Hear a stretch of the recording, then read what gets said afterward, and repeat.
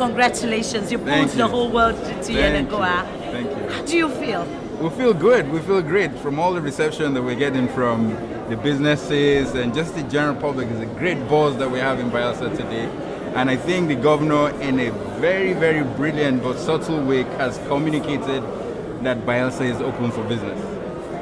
Why did this happen? How did it start? What motivated this? Well, from the beginning, right? It's the beginning of this administration. I wasn't part of it. I'm a technocrat. I got called in somewhere along the line, But what was obvious was the deficit in infrastructure, both social and physical, right? A bloated economy, a bloated government, mono-income economy, mono-business environment, as the government was the only business. So there's nothing else going on.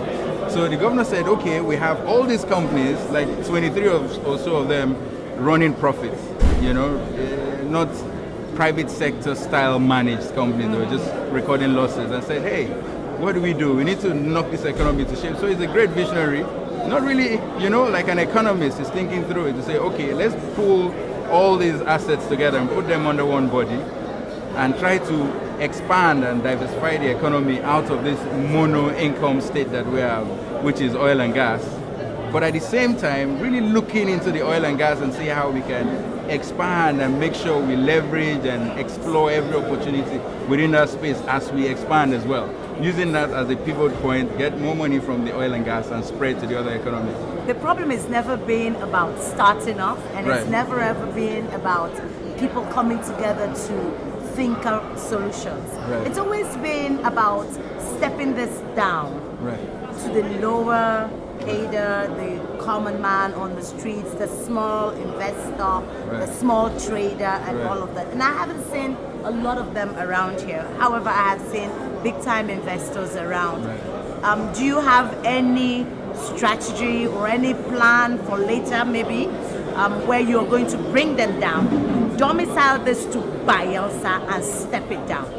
Fantastic. You know what? You're just speaking at thoughts, because we just did that last month. Okay. We had an SME summit right here, same location, and it was a great, humongous turnout.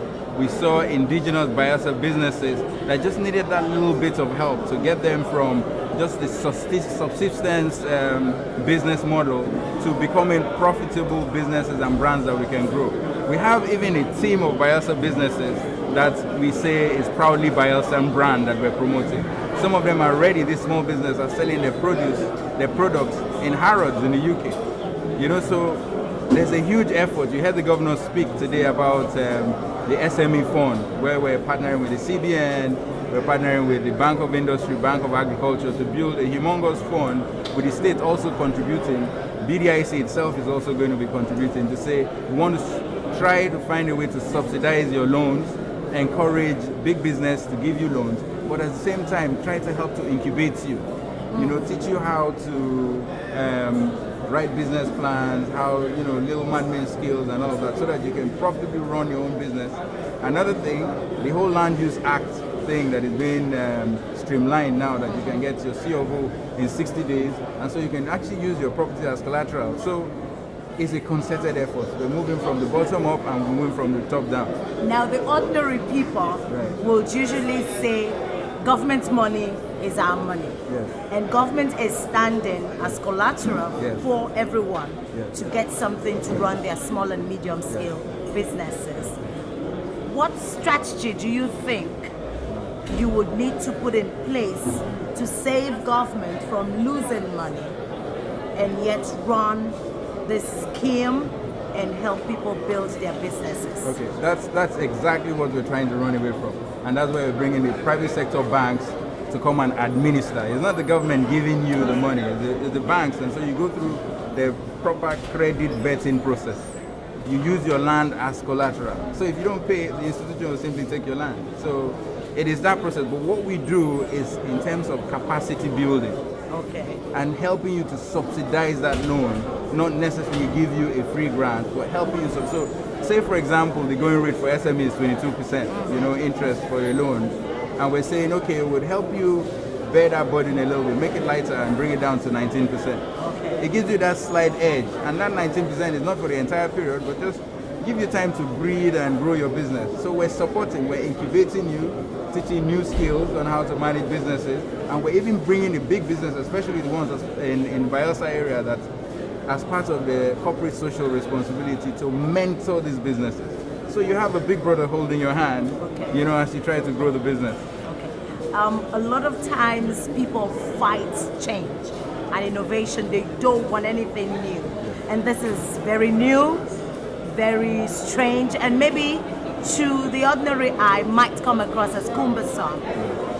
What major opposition have you received from the point where you started conceiving this to this point? No, the opposition has been there all through the line. This state has been used to, it's a civil servant state, a civil service state, it's a government state. That's been the mindset. So to move people from that mindset with, okay, we have all these resources, let's share it, right?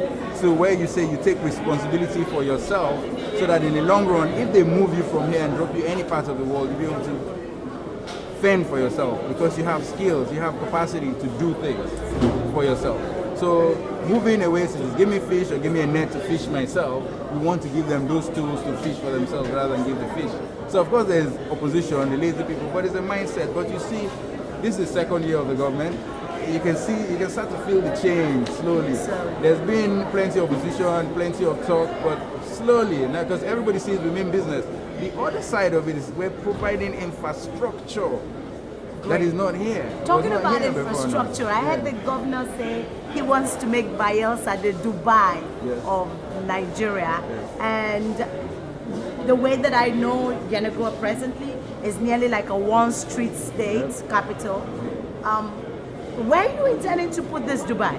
Oh, there's so many. Do you see the new road networks? I mean, you need to go on a ride around Yenagoa. There's so many new roads, so many new bridges connecting islands, Wilberforce Island, connected. There's so many bridges coming up, and so many new roads. We have the first flyover. Yenagoa never had that, we just have the first flyover. So the whole idea of Dubai, we're looking at just Yenagoa alone, but not to talk of seafront. We have the longest coastline of any state, 125 kilometers, white sandy beaches. Okay, so the plan here is that we're likely to move maybe away from the Yenagoa right now to maybe a bigger place. No, I wouldn't say. I wouldn't say we're transforming communities. We want to decentralize a little bit. Okay. The great countries and great states elsewhere have several cities that do well. We don't want to put everything in it, but we need to develop other cities that can do the same. Fantastic. So we're looking forward to this unlocking.